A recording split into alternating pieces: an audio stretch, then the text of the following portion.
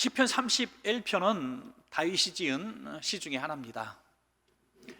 분명한 것은 다윗이 지금 굉장히 힘든 때를 지나고 있다 하는 것을 우리가 시편 31편을 통해서 분위기를 통해서 알 수가 있습니다. 어느 때인지는 정확하게 다윗이 이때다라고 기록하지 않았으니까 정확하게 알 수는 없지만은 성경학자는 크게 두 가지 사건을 예로 들면서 그 사건을 경험하고 있을 때일 것이다라고 추측합니다. 첫 번째는 왕이 되기 전에 사울 왕에게 정말 사냥꾼이 짐승을 쫓듯이 그렇게 끈질기게 쫓아다니는 그 사울 왕의 군대를 피해서 광야로 도망가기도 하고 산속에 숨기도 하고, 그리고 심지어 적국에까지 도피하게 되는 이런 도망자의 신세 때가 아닐까 이렇게 생각하고 있습니다.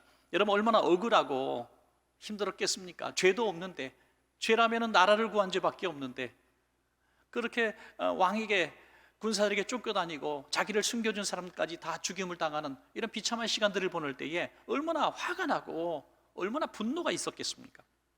그때 이 시를 적었을 것이다 합니다.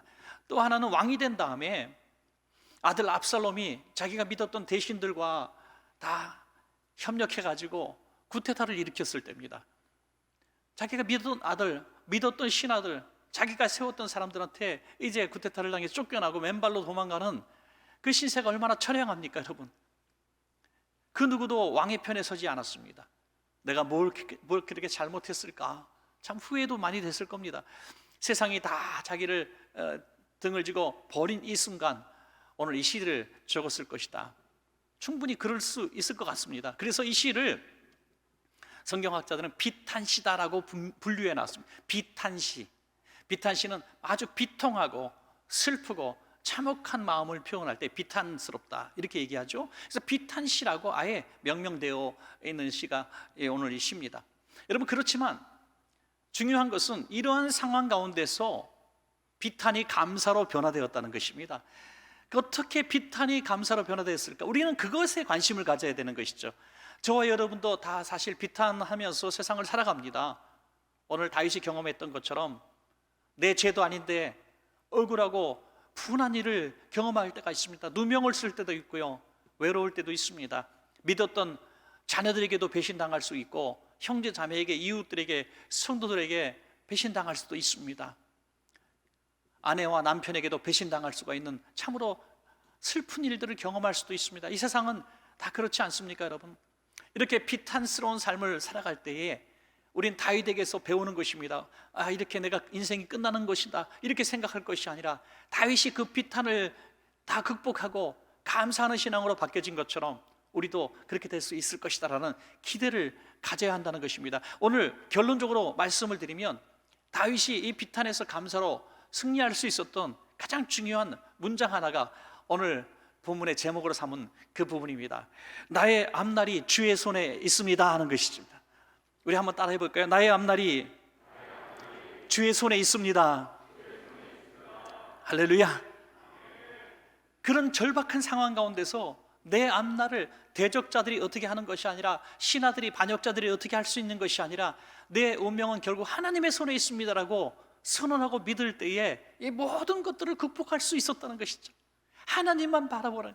여러분, 실망하고 실족하고 길이 보이지 않을 때 저 역시 똑같은 말로 우리 여러분들께 위로할 수밖에 없습니다. 성도님, 하나님만 바라보세요. 하나님만 바라보세요. 결국 하나님께서 우리 성도님들의 아버지 되시고 책임지실 분은 하나님밖에 없기 때문에 하나님만 믿으세요라고 이야기할 수밖에 없는 것입니다. 우리가 그러한 마음을 가지고 나의 앞날이 주의 손에 있사오니라는 것이 우리에게 어떤 의미가 있는가, 오늘 다윗의 경우를 우리가 살펴보면서 함께 은혜를 누리고자 합니다. 두 가지입니다. 첫 번째는 나의 생사가 주님의 손에 있다는 것입니다. 여러분, 나의 생사, 살고 죽는 것이 주님 손에 달렸다는 겁니다. 시편 31편 12절부터 우리 13절입니다. 내가 잊어버린 바 됨이 죽은 자를 마음에 두지 아니함 같고 깨진 그릇과 같으니이다. 내가 무리의 비방을 들었으므로 사방이 두려움으로 감싸였나이다. 그들이 나를 치려고 함께 의논할 때에 내 생명을 빼앗기로 꾀하였나이다. 다윗은 지금 대적들로부터 자신의 신세가 어떻게 대우받고 있는가를 두 가지로 얘기합니다. 하나는 죽어서 무덤 속에 들어간 사람, 또 하나는 깨져서 쓰레기통에 버려진 존재.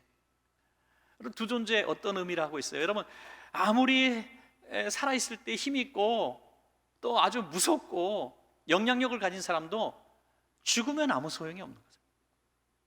죽으면 뭐가 무섭습니까? 뭐가 두렵습니까? 뭐가 부럽습니까? 그 죽어서 장사되어 땅속에 묻힌 존재, 아무도 기억하지 않고 아무도 그리워하지 않고 아무도 그를 추억하지 않는 그런 신세라는 거죠. 또 하나는 깨어져서 버린 그릇, 너무 깨끗하고 좋고 값진 그릇으로 쓰임받을 때는 참 아끼고 소중히 여기지만 깨어져 버려서 박살이 나서 쓸모없으면 그냥 아까워도 다 쓰레기통에 들어가는 것이죠. 지금 다윗이 자기 신세가 그런 것처럼 여겨진 거예요. 왕으로 있을 때는 신하들이 와서 왕이시여 왕이시여 당신은 정말 최고입니다, 우리의 은인입니다 막 이랬던 사람들이 반역자로 돌아서고, 심지어 아들마저 아버지 최고예요 했던 아들마저 아버지를 칼로 찔러 죽이려고 하니 깨진 그릇이고 죽은 존재가 아니겠습니까? 참 인생 무상을 느끼고 있을 그런 때입니다. 그런 때에 오늘 다윗은 반전의 고백을 하죠. 시편 31편 14절부터 15절입니다. 여호와여, 그러하여도 내가 비록 죽은 존재 같고 깨어진 그릇 같은 존재로 취급을 받는다 하여도 나는 어떻게 한다고? 주께 의지하고 말하기를 주는 내 하나님이시라 하였나이다. 아멘. 나의 암들이 주의 손에 있사오니 내 원수들과 나를 핍박하는 자들의 손에서 나를 건져 주옵소서. 결국 구원하실 분은 하나님이시니 내가 하나님께 기도합니다. 이런 말이죠. 야, 니들이 나를 무시하고 나를 멸시하고 죽은 개만도 못하게 여기고 깨진 그릇 것처럼 나를 초라하게 멸시하고 정말 나의 인권과 인격을 말살하고 나를 부끄럽게 만든다 할지라도 난 상관없어. 내 생사를 주관하시는 분은 너희가 아니라 하나님이시기 때문에 나는 상관없어. 이렇게 고백하고 있는 것이죠. 여러분, 이런 믿음이 어디서 생겼을까요? 다윗은 어릴 때부터 생사의 문턱을 너무나 많이 드나들었기 때문에 죽고 사는 게 이게 하나님의 손에 있다는 것을 어릴 때부터 경험한 사람이에요. 어린 목동의 시절에 그 10대 소년이 양을 지키고 있을 때 사자가 오고 곰이 왔다는 것이죠. 여러분, 10대 소년이 사자가 오고 곰이 오면 도망가는 게 사는 길이죠. 그런데 곰과 사자와 맞서서 싸워서 이겼다는 거예요. 사울 왕에게 고백도 하잖아요. 그 하나님이 주시는 힘으로 이 사자와 곰을 제압했다는 것. 성인 강도들이 칼을 들고 왔는데 그 강도들을 쫓아냈다는 거예요. 자기가 하나님의 은혜 아니면 그때 벌써 죽었을 거라는 당연한 결과를 지금 하나님의 은혜로 살았음을 고백하고 있는 것입니다. 전쟁터에 또 어린 소년 때 나갔을 때 어땠습니까?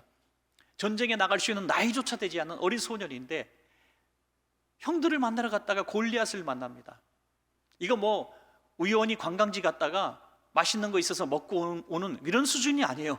전쟁터 갔다가 골리앗을 만났는데 골리앗과 싸우겠다는 거예요.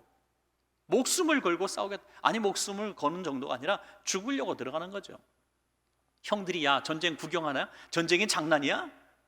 하고 꾸짖었다고 했습니다. 갑옷도 맞지 않는 왜소한 책으로 가지고 골리앗 앞에 나가 싸워서 그는 하나님의 주시는 힘으로 골리앗을 때려 눕힐 수가 있었던 것입니다. 그때 다윗은 분명히 깨달은 거예요. 칼과 창과 단창이 나를 죽일 수 없어 라는 것을 깨달은 것입니다. 여러분, 또 하나 사건은요, 사울 왕에게 억울하게 쫓길 때에 사울 왕이 다윗을 여러 번 죽이려고 했지만 죽일 수 있는 기회를 하나님이 한 번도 허락하지 않습니다. 그래서 다윗은 결국 죽일 수가 없었던 거예요. 그런데 놀랍게도 여러분, 다윗이 사울을 죽일 수 있는 기회는 무려 2번이나 있었습니다. 분명히 다윗을 죽이려고 사울 왕이 군대를 이끌고 쫓아갔는데 다윗을 죽일 수 있는 기회가 한 번도 없었고 오히려 다윗이 사울을 죽일 수 있는 기회가 2번 있었다는 거예요. 그러면 하나님의 뜻 정도로 생각해야 되는데 다윗은 사울 왕을 죽이지 않습니다. 다윗의 깨달음은 뭐냐면 왕이 군대까지 이끌고 와서 나를 죽이려고 하는데 날 죽일 수 없었어. 이거는 하나님의 보호하심이 아니면 있을 수가 없는 일이고, 그러므로 내가 사울 왕을 죽일 수 있는 기회가 왔다 할지라도 하나님이 허락하지 않는데 내가 죽일 수 없다는 겁니다. 그 고백이 사무엘상 26장 10절이죠. 다윗이 또 이르되 여호와께서 살아계심을 두고 맹세하노니 여호와께서 그를 치시리니 혹은 죽을 날이 이르거나 또는 전장에 나가서 망하리라. 결국 사람이 죽고 사는 건 하나님이 하실 일이니 하나님께 맡기겠다는 겁니다, 여러분. 이 믿음이 있다면 여러분 우리에게 굉장히 유익한 삶이 되는데, 어떤 상황과 형편 가운데서도 우리는 죽음을 두려워하지 않게 되는 것입니다, 여러분. 죽음을 두려워하지 않아요. 혹시 여러분 죽음의 공포를 경험하고 계신 분들이 계신지 모르겠어요. 제가 알고 있는 어떤 분도 아주 젊은 나이에 가족들이 어떤 병력으로 계속 사망하는 것을 지켜보면서 컸습니다. 그래서 본인도 그 병으로 죽을 것이라는 늘 공포심이 있었어요. 삼촌은 43세 죽고 고모 또 우리 이모님은 몇 세에 죽고 이렇게 작은 아버지는 몇 세에 돌아가시고 하는데 병력이 거의 비슷한 병력인데 나이도 비슷해. 자기가 늘 그렇게 죽으려는 공포 때문에 너무너무 힘든 거예요. 그래서 점도 보기도 하고 믿는 사람인데도 늘 두려움이 있었다는 거예요. 여러분 어찌 보면 그럴 수도 있겠다라는 생각이 듭니다. 또 어떤 큰 질병을 가지고 계신데 병원에 갔더니 정말 조심해야 됩니다, 당신은 살 확률이 적습니다라는 이야기를 들을 때 얼마나 죽음의 공포에 끔찍하겠습니까? 여러분 그러나 그런 분들에게 저는 이렇게밖에 말할 수가 없는 겁니다. 참새 한 마리 같은 미물도, 정말 누구도 신경 쓰지 않는 참새 한 마리 같은 존재도 하나님이 허락하지 않으면 땅에 떨어지지 않는다는 것입니다. 하나님이 분명히 때가 돼서 이유가 있어서 하나님이 부르시는 것은 어떻게 할 수 없어요. 하나님의 섭리니까, 하나님이 생명의 주관자 되시니까. 하지만 우리가 죽고 사는 것이 하나님의 뜻이다라고 죽음의 공포에서 우리는 분명히 벗어나야 한다는 것입니다. 하나님께서 사명이 다하시면 부르시면 할렐루야 하고 주님 앞에 안기면 되는 것이고, 그러나 사는 순간순간마다 우리 죽음의 공포에 너무너무 두려워서 떨 필요가 없다는 것이죠. 여러분 인생 돌아보십시오. 정말 죽을 뻔한 적이 한 번쯤은 다 있으셨을 거예요. 그때 돌아가셨으면 오늘 이 자리에 못 만날 뻔했는데 그때 안 돌아가셨잖아요. 그때 하나님이 지켜주셨잖아요. 저도 가만히 한번 설교를 준비하며 생각해 봤어요. 과연 나는 죽음의 공포나 그런 위기가 있었는가? 언뜻 생각나는 한두 번이 있는 것 같아요. 목회하면서 그 명지대 용인 캠퍼스에 강의를 계속 갔었어요. 한 7, 8년 이상 용인 캠퍼스를 이제 강의를 가는데, 이제 이른 아침에 새벽에 가야 되잖아요. 그리고 오전에 한 강의하고 오후에 점심 먹고 또 한 강의하고 얼마나 피곤해요. 그러니까 목요일, 화요일 이런 날 가고 그랬어요. 그러니까 운전하고 피곤하게 가서 강의하고 점심 먹고 또 강의하고 이게 돌아오는데 많이 피곤했습니다. 운전하고 오는데 한 번은 운전을 분명히 제가 하고 있었는데 제가 꿈을 꿨어요. 그 짧은 순간이겠죠, 물론. 근데 제가 꿈을 꾸고 있더라고요. 그리고 제가 가만히 운전대를 잡고 있다가 내가 지금 운전하고 있었는데, 그 영동고속도에서 지금 120km, 110km를 달리고 있었던 것 같아요. 내가 지금 운전하고 있었는데 내가 꿈을 꿔? 하고 정신을 바짝 차리니까 바로 그냥 차가 차선을 자유자재로 왔다 갔다 하고 있더라고요. 식은땀이 그냥 쭉 나는데 그 다음부터는 잠이 안 오더라고요.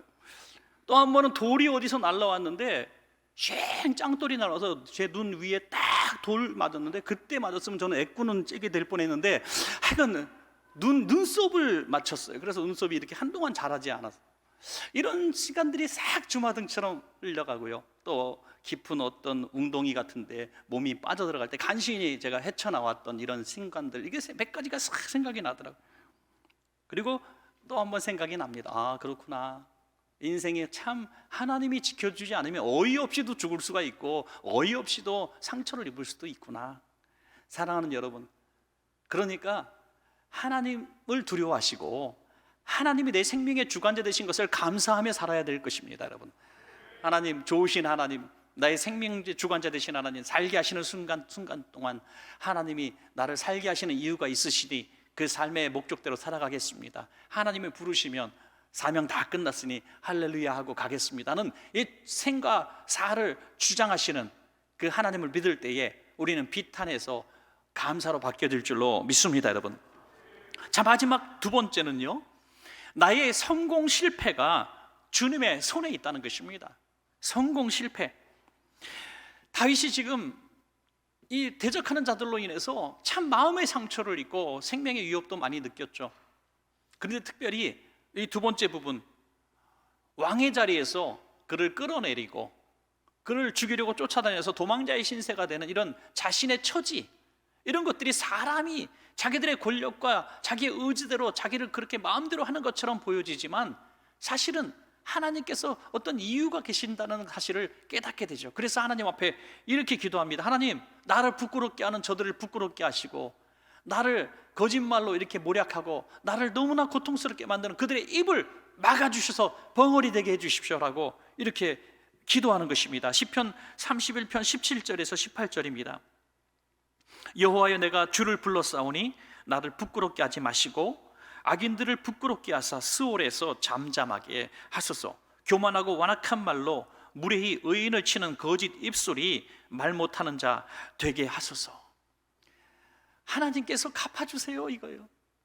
여러분, 진짜 억울하고 분하고 너무 힘없고 백 없어가지고 정말 치가 떨릴 때가 있다면 오늘 이 다윗의 기도를 하십시오. 하나님, 제가 무력으로 분노로 대적하지 않겠습니다. 하나님께서 그들을 부끄럽게 해주시고요, 하나님께서 그들의 거짓된 입술을 탁 막아주셔서 거짓말하지 못하도록 지켜주십시오. 내가 여호와를 부르짖어 불렀으니 여호와 하나님께서 그렇게 그 사람들을 다스려 주십시오 라고 기도로 이 문제를 하나님께 맡기는 것입니다. 여러분, 그때 하나님께서 이 문제를 해결해 주셔서 다시 왕궁으로 돌아갈 수가 있었고, 도망자의 신세에서 또 사울 왕의 위에 설 수 있는 그런 은혜를 하나님이 허락해 주셨다는 것입니다. 에스더 얘기를 잠깐 좀 드려볼까 합니다. 에스더는 여러분 포로로 잡혀온 포로의 신분입니다. 그런데 하나님의 은혜로 왕후가 되지 않습니까? 하루아침에 신분이 아주 상승을 하는데 왕의 아내가 되는 것입니다. 놀라운 신분 상승이죠. 에스더는 이렇게 생각했을 거예요. 야, 하나님이 내게 이런 복을 주셨구나. 하나님에는 너무너무 감사합니다. 제가 정말 이렇게 행복한 삶을 살게 해주셨으니 너무 고맙습니다 하면서 하루하루 그냥 감사하면서 은혜를 알고 지냈을 것입니다. 그러나 그의 에스더의 왕후가 된 이후의 앞날에 대해서는 그는 생각한 적이 없습니다.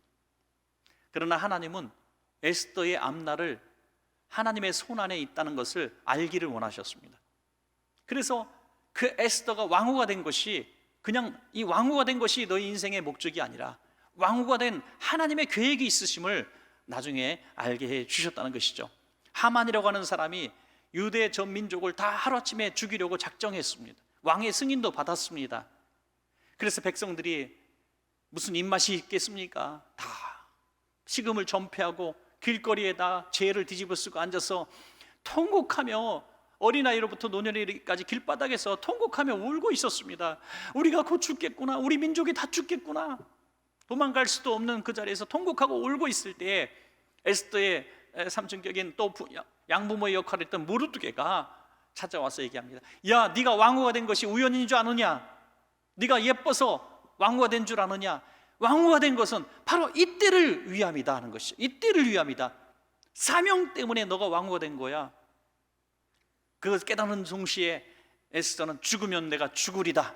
왕후 자리에 내가 연연하지 않겠습니다. 하나님이 주신 자리니까 하나님의 거두가심을 할 수 없죠. 내 생명도 하나님 앞에 맡깁니다. 기도로 이 문제를 도전했더니 하나님이 더 높은 신분의 왕후가 되게 하시고 대적들을 다 물리시는 최상의 결과를 얻게 하신 줄로 믿습니다. 여러분, 이래서 우리가 살아가는 모든 순간순간에 하나님의 섭리를 믿는다면 지금 내가 다니고 있는 직장, 내가 지금 하고 있는 사업, 내가 지금 만난 아내와 남편, 내가 지금 주의 일을 하고 있는 그 사역들, 교회에서 받은 직분들, 이런 일들이 우연이 아니라 나의 앞날을 아시는 하나님께서 내 앞날, 지금이 아니라 그 앞의 일을 위해서 지금 이 자리에 서 있는 것을 믿으시기 바랍니다. 여러분, 이것을 깨닫는 순간 지금 있는 자리가 내 인생의 종착역이 아니라 지금 있는 자리는 나의 앞으로의 앞날을 위해서 하나님이 주신 허락하신 시간들, 과정인 것을 내가 깨닫는다면 나의 성공 실패는 주님의 손에 있기 때문에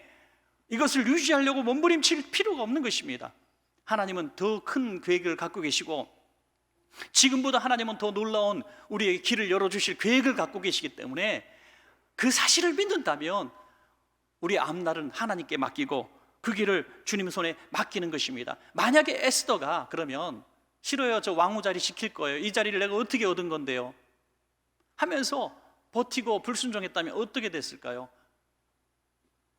모르드게의 이야기 속에서 그 결론은 뻔히 나와 있습니다. 에스더 4장 14절에 이때 내가 만일 잠잠하여 말이 없으면 유다인은 다른 데로 말미암아 노임과 구원을 얻으려니와 너와 내 아버지 집은 멸망하리라.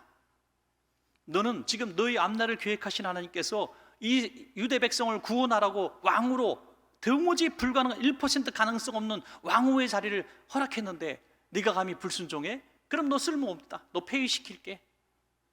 아니, 폐위시키는 정도가 아니라 너와 내 자손들, 너희 아버지까지 다 망하게 할 거야. 하나님의 진노가 있다는 것입니다. 여러분, 얼마나 두려운 일입니까? 어떤 분이 직장에 갔는데 기도하고 하나님의 뜻인 줄 알고 너무나 기도하고 원하고 바라던 직장에 딱 들어갔는데 하나님, 내 직장에서 사명을 가지고 살겠습니다 했는데 상사 하나를 만났는데 얼마나 집요하게 자신을 괴롭히는지, 뭐 예수 믿는 것도 핑계 삼고 뭐 별의별 거 가지고 다 그냥 뭐 학연, 지연, 뭐 또 출신 이런 것 가지고 계속 조롱을 하고 고통스럽게 한다는 거예요. 견딜 수가 없는 거예요. 그래서 하나님, 여기가 아닌가 봐요, 나 직장 옮길래요 하고 울면서 기도하다가 오늘 이 말씀과 같은, 오늘 이 설교와 같은 내용을 듣고 은혜를 받았나 봐요. 그래서 그때부터 마음을 바꿔먹고 그분을 볼 때마다 축복하는 겁니다. 앞에 싹 지나가면 전에 같으면 식은땀이 졸졸 나고 너무나 보기 싫었는데 이제 딱 바라보면서 주여, 우리 축복하시기를 원합니다. 축복합니다. 잘 되기를 원합니다. 승진하기를 원합니다. 자녀도 잘 되기를 원합니다. 예수 믿기를 바라며 계속 축복을 했다는 거예요. 그렇게 한 거의 몇 개월을 했는데 놀라운 일이 벌어졌습니다. 그 사람이 정말 감동하고 예수 믿고 변화되고 사랑하는 사람이 된 것은 아닌데 전혀 안 됐어요. 여전히 악하고 여전히 자신을 힘들게 만들었는데 놀라운 것은 자신이 변했다는 거예요. 하나도 미움이 없다는 거예요. 하나도 힘들지 않더라는 거예요. 불쌍히 여기는 마음으로 그 마음이 아주 강하고 견고하게 바뀌었다는 거예요. 전에는 부들부들 떨고 식은땀 나고 잠 못 이루고 밤에 자다가도 일어나서 막 부들부들 떨고 미워했는데 그 마음이 싹 사라지고 불쌍하게 여기고 초라하게 보이고 그렇게 보인다는 거예요. 그리고 자신이 오히려 더 빨리 승진하게 되는 귀한 역사가 일어나겠다는 겁니다. 여러분, 놀라운 변화잖아요. 다윗도 마찬가지 아닙니까?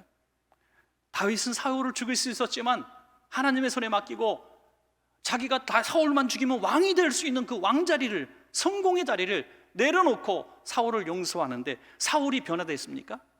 내가 미안해 나의 아들아, 내가 왕자를 물려줄게 했습니까? 천만에. 사울은 전혀 변화되지 않았습니다. 여전히 약했습니다. 여전히 불신하고 여전히 다윗을 죽이려고 했습니다. 그러나 하나님이 그의 왕의 자리에서 폐위시켰습니다. 다윗을 왕의 자리로 올려주셨습니다. 하나님께 맡기니 하나님이 행하시는 것이 옳은 것인 줄로 믿으시기 바랍니다. 여러분, 야고보서에 보니까 자기의 성공 실패가 자기 손에 있는 줄로 알았던 어리석은 부자가 나오죠.